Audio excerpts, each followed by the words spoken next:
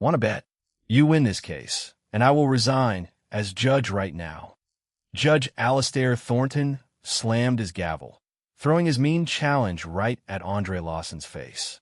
Everyone in courtroom 9A held their breath. The crowd turned to look at the black single dad in his old $145 suit. Thornton stood 62 years old, silver-haired, with a gold watch that caught the courtroom light every time he moved his wrist. He smirked. "If you lose, I will take your law license myself for bringing this joke into my courtroom." Mean laughter broke out from the prosecution table. Andre did not back down, his broad shoulders tensing as his deep eyes locked onto the corrupt judge standing above him. Because that threat hung in the air, nobody in the courtroom moved. Andre felt his own pulse tap against his collar. He had heard threats before. This one felt different. It felt personal. 9 hours earlier, Andre's morning had started the same way it always did. His alarm buzzed at 5:31 a.m. inside a small rented apartment on Northwest 3rd Avenue in Overtown. The old radiator clicked twice, then hissed low heat into the kitchen. Andre poured oatmeal into a chipped blue bowl for his daughter, Brianna. She was 7 years old, with 2 missing front teeth and a stuffed rabbit named Socks. Steam curled off the bowl, carrying the warm smell of brown sugar and cinnamon through the small kitchen. "Daddy, is today a big day?" Brianna asked, swinging her feet under the table. "Every day is a big day, baby girl," Andre said. He kissed her forehead. Her hair smelled like the strawberry shampoo they bought on sale. Outside the window, a city bus groaned past, brakes squealing against wet pavement. A neighbor's rooster crowed twice from a fenced backyard 3 doors down. Somewhere down the hall, a pipe knocked softly against the wall, the same tired rhythm Andre heard every morning. Andre pulled on his only suit. The fabric felt thin at the elbows. He had bought it 3 years ago from a thrift shop on 79th Street for exactly $145. The lining smelled faintly of cedar and old rain.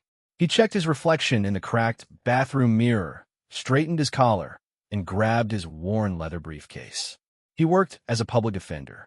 His desk sat crammed between 2 file cabinets stuffed with cases nobody else wanted.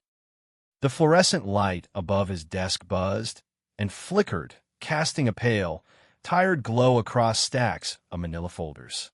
Coffee rings marked the corner of his desk, where his mug sat every morning, chipped along the handle from years of use. Most of his clients could not afford real lawyers. Most of them looked like him. Most of them had already lost hope before their trial even started. Andre kept a small photo taped inside his top drawer. It showed his father in a factory uniform, arms crossed, standing proud beside a delivery truck. His father had worked 26 years at that warehouse before his heart gave out. Andre touched the photo every morning before opening his first file, a quiet habit nobody else knew about. The photo's corners had gone soft and round from years of gentle handling. At 8:14 a.m., his phone rang. It was his boss, Frank Miller. Frank's voice sounded strange, slurred at the edges. "Andre," Frank said slowly, "I can't feel my left arm. Something's wrong." Frank had suffered a stroke in the courthouse parking garage. Paramedics were already loading him into an ambulance, its red lights spinning silently against the gray morning sky. That left one massive case sitting open, with a hearing starting in less than an hour. The case belonged to a man named Jerome Washington. Andre's chest tightened like a fist closing around his ribs. He had exactly 48 minutes to prepare for a case that had already destroyed one man's life. He ran down the courthouse hallway, dust from old case files still clinging to his sleeves. At 8:35 a.m., he stepped into a small holding room to meet his new client for the first time. Jerome Washington sat behind the metal table, his wrists cuffed. He was 52 years old, with gray threading through his hair and deep lines carved around his eyes. He had spent 15 years in prison for an armed bank robbery worth $250,000. The small room smelled like bleach and cold metal. A single light buzzed overhead, flickering every few seconds. Jerome's prison uniform hung loose on his frame, the fabric worn thin at the knees. "I didn't do it," Jerome said, his voice cracking. "I was in Tallahassee, my sister's funeral, 400 miles away." He grabbed Andre's hand across the table. His palm felt rough, callous from years of prison labor. "I gave my old lawyer a bus ticket. Witnesses. Everything. It all disappeared from the court file." Jerome's eyes darted toward the door, then back to Andre. 15 years, man. My daughter was 9 when they took me. She's got kids of her own now. I missed everything." His voice dropped lower, almost a whisper. "I stopped asking for help a long time ago. Nobody ever came. Why did they send you?" Andre did not have a good answer. He simply nodded and opened the case folder between them. Andre studied the folder in front of him. Pages were missing. Numbers did not line up. Something about this case smelled wrong, like spoiled milk left too long in a warm car. A faint smudge of ink covered one signature line, like someone had tried to erase it in a hurry. Fear crawled up Andre's spine. If he lost this case, Judge Thornton had already promised to strip his law license. He would lose his only income. He could lose his apartment. He could lose the only life he had built for Brianna. He opened his briefcase and looked at a small drawing tucked inside. Brianna had drawn it in purple crayon, 2 stick figures holding hands under a yellow sun. His hands trembled slightly as he touched the paper's soft, worn edge. For one long moment, Andre thought about asking for a delay. He thought about walking away and keeping his job safe. He pictured himself explaining to Brianna why they had to move again. He imagined the lights getting shut off, dinner growing thinner each month. His hands felt cold despite the warm hallway air. He rubbed his palms together, trying to steady the shake building in his fingers. Preston Croft's confident laughter echoed faintly from somewhere near the courtroom doors, sharp and mocking. But then he remembered his father's voice, low and steady, from years ago. "Never walk past someone drowning, son. Not even if the water looks cold."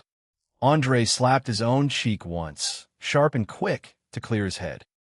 His jaw tightened. Heat rose up his neck, settling behind his ears. He stood up straight and walked toward the courtroom doors.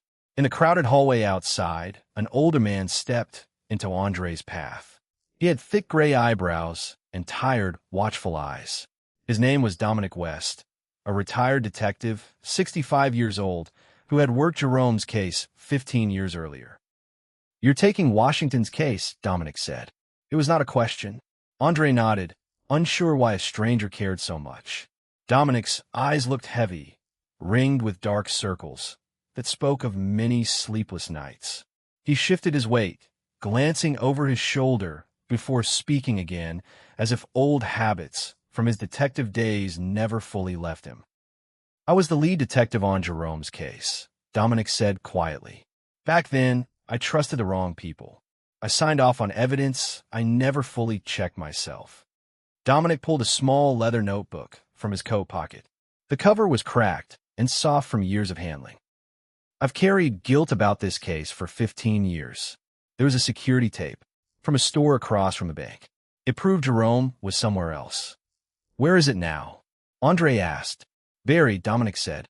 "Somewhere in the evidence archive. Nobody wants it found. You need to find that tape before Thornton shuts this hearing down for good." Dominic pressed the notebook into Andre's hands. His fingers lingered a second longer than necessary.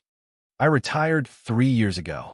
Spent most of that time fishing and trying to forget this case. Couldn't do it. Some mistakes don't let you rest." Andre's mind raced. A missing tape. A stolen decade. A judge who wanted this case gone quietly. He walked back, in a courtroom 9, carrying Dominic's old notebook like a lit match in dry grass. Inside, the oak walls rose tall and dark around the room. Sunlight cut through tall windows, landing across the judge's polished bronze bench. The room smelled like old wood polish mixed with the faint dust of 100-year-old files. Somewhere near the ceiling, an air vent rattled softly, almost drowned out by the shuffle of papers and quiet whispers. Andre placed the notebook on the defense table, its leather cover scuffed and soft with age.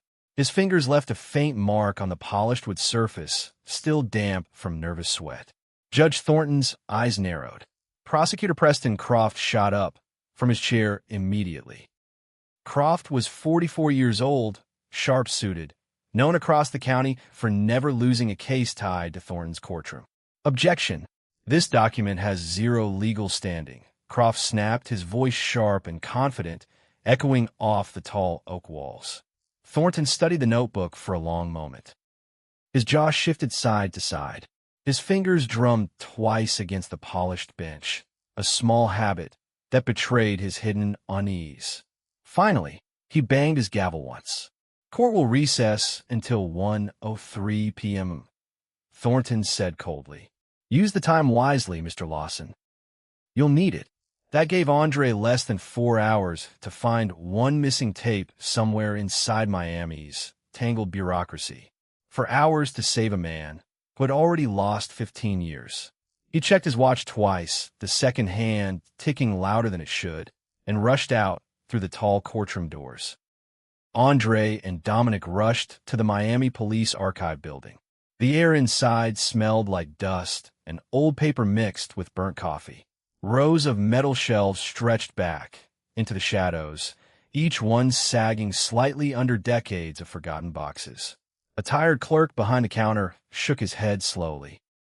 Can't just hand out sealed boxes, the clerk said, barely looking up from his newspaper. Andre pulled out an emergency court order, his fingers steady despite his racing heart. The clerk sighed, grabbed a ring of keys that jingled softly, and led them into a back room stacked with boxes from 2011. Dust drifted through a single beam of light from a small window near the ceiling. Just as they reached the shelf, a tall man in an expensive charcoal suit blocked the doorway. His shoes clicked sharply against the tile floor, each step measured and deliberate. This was Lawrence Thorne, senior partner at Andre's own law firm. Stop digging into Thornton's past, Thorne warned, his voice low and hard. Century Holdings funds half this firm. Keep pulling this thread, and you're finished here. Thorne stepped closer, his cologne sharp and expensive, cutting through the archive's musty air. You have a daughter, Andre. Think about her before you think about some stranger's freedom. Andres jaw tightened. His knuckles whitened around the box in his hands. Heat crawled up the back of his neck, but his voice stayed level. Jerome Washington isn't a stranger anymore. He's my client. He said nothing else, and kept walking, brushing past Thorne's shoulder toward the exit. Dominic made one more call. An old friend, the original store owner, now retired and living in Little Havana. The man still had an old VHS tape stored inside a dusty box in his garage. He had kept it hidden for years, unsure if it mattered anymore, unsure if anyone would ever ask. They drove through streets slick with sudden Florida rain. Neon signs blurred through the wet windshield, streaking red and blue across the glass. The wipers thumped a steady rhythm against the storm. When they reached the garage, they found the tape wrapped in a faded plastic bag, smelling faintly of motor oil and mildew. The old store owner, now 71 years old, wiped tears from his eyes as he handed it over. I always knew something felt wrong about that case, he said. Never had the courage to speak up. I'm sorry it took this long. But an old VHS tape needed an old VHS player. They rushed into a crowded market on Calle Ocho, weaving between stalls selling cigars, radios, and dusty electronics. Vendors called out prices in Spanish, over the hum of the crowd, the smell of roasted coffee beans drifting from a nearby cart. A black sedan, with tinted windows, crept slowly behind them through the narrow street. Andre's heart pounded hard against his ribs. Sweat beaded along his hairline despite the cool rain. He grabbed Dominic's sleeve and cut down a side alley in Alapata, ducking behind a row of parked delivery trucks. The sedan rolled past, without stopping, its engine growling low against the wet pavement. Inside a small back office, they finally found a working player, its plastic casing yellowed with age. Andre's hands shook as he pushed the tape inside. Static crackled once, Then the screen flickered to life, casting a pale blue glow across the room. The grainy footage showed a man who looked like Jerome robbing the bank. But the camera also caught something else. Behind the store, a younger Alastair Thornton reached out and accepted a heavy briefcase from a man wearing a Sentry Holdings badge. Andre's breath caught in his throat. His pulse thudded against his ears. 15 years ago, Thornton had not just judged this case. He had helped bury the truth for money. Dominic stared at the screen, his hands gripping the edge of the desk. "I knew it," he whispered. "I knew something was buried here." At 5 p.m., Andre rushed home to pick up Brianna. His apartment door hung open, splintered off one hinge, swinging slightly in the evening breeze. Inside, drawers lay dumped across the floor, papers scattered like fallen leaves. His babysitter sat crying in the corner, clutching her shaking hands. Brianna's small shoes lay tipped over near the couch. Her crayon drawing, the one Andre kept in his briefcase, had been ripped and left on the floor. He picked up the torn paper, his fingers trembling as he smoothed the edges.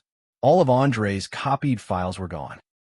On the kitchen table sat a single-typed note. "Drop the case, or Brianna never sees 8." Andre's stomach dropped like a stone through water. His ears rang, drowning out the babysitter's frightened voice. He pulled Brianna close, his arms trembling around her small frame. Her heartbeat thumped fast against his chest, quick and unsteady. The living room lamp lay shattered on the floor, its bulb crunched into tiny glass pieces near his shoe. For one terrible second, he thought about quitting everything. "Daddy, why is our house messy?"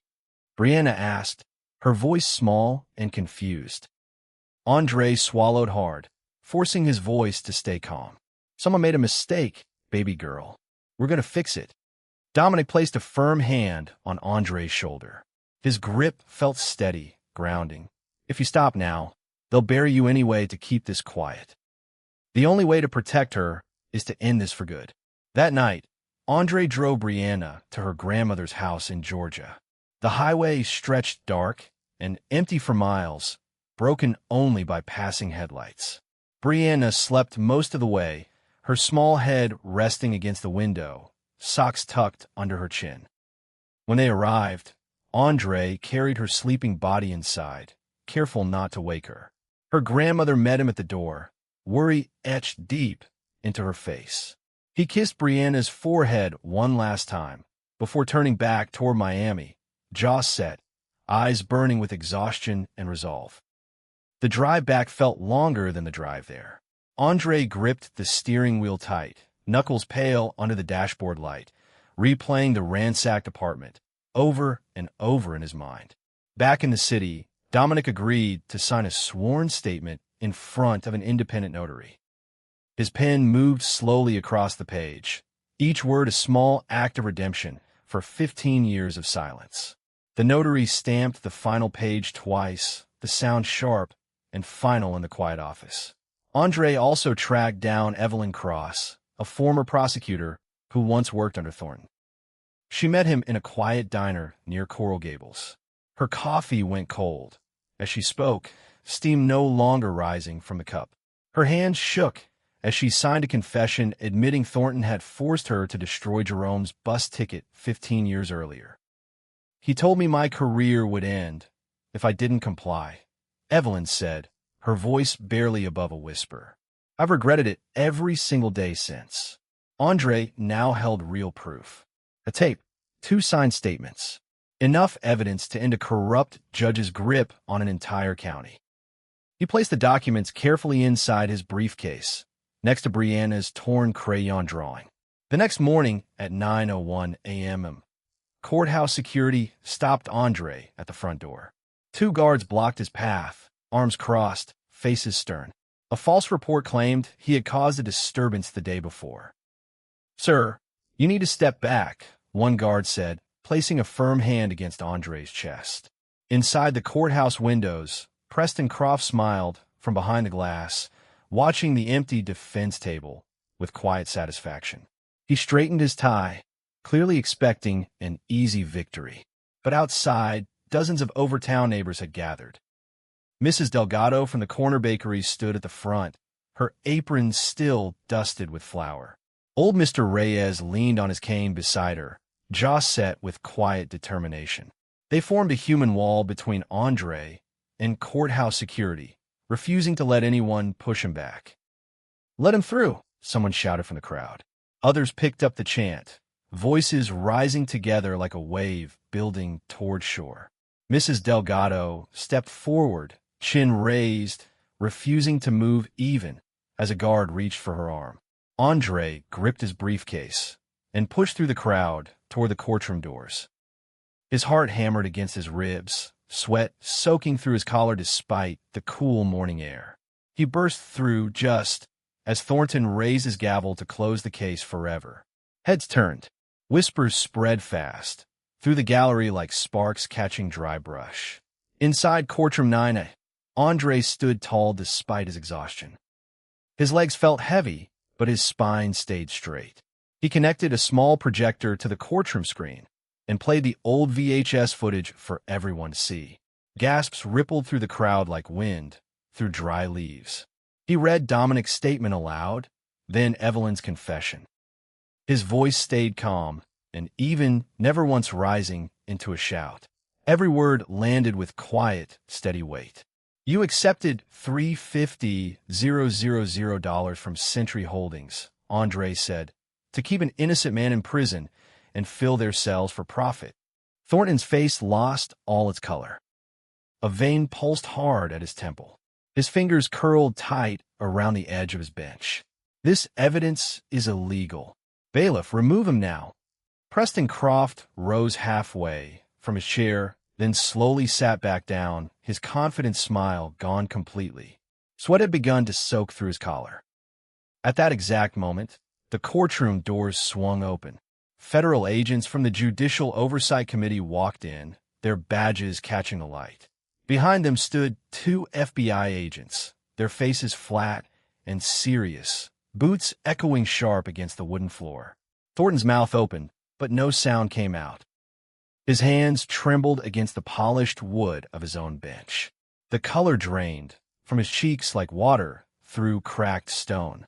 The air conditioner hummed softly overhead, the only sound left in the frozen room.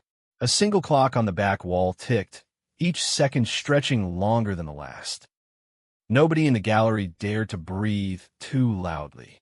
Somewhere near the front row, a woman pressed a hand over her own mouth, eyes wide with disbelief. Then, in a voice barely above a whisper, Thornton spoke his final words as judge. "I resign." Every person in courtroom 9 stayed perfectly still for 3 long seconds. Then the room erupted into cheers, tears, and disbelief all at once.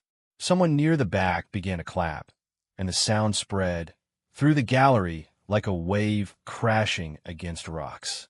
Jerome Washington stood up slowly, his cuffs finally removed. His hand shook as he touched his own face, feeling freedom for the first time in 15 years. He pressed his palm flat against his chest, as if checking his own heartbeat was real. His daughter, now a grown woman, with 2 children of her own, ran forward and wrapped her arms tightly around him. She had been 9 years old the last time she hugged her father as a free man. Tears streamed down both their faces, mixing together as they held on tight. "I never stopped believing you," she whispered into his shoulder, her voice thick with 15 years of waiting. Jerome turned to Andre, his eyes wet and steady. He reached out and gripped Andre's hand, with both of his own, rough palms trembling with emotion. 15 years, and you gave me my life back in 4 days. I don't have words for that." Andre simply nodded, his throat too tight to speak.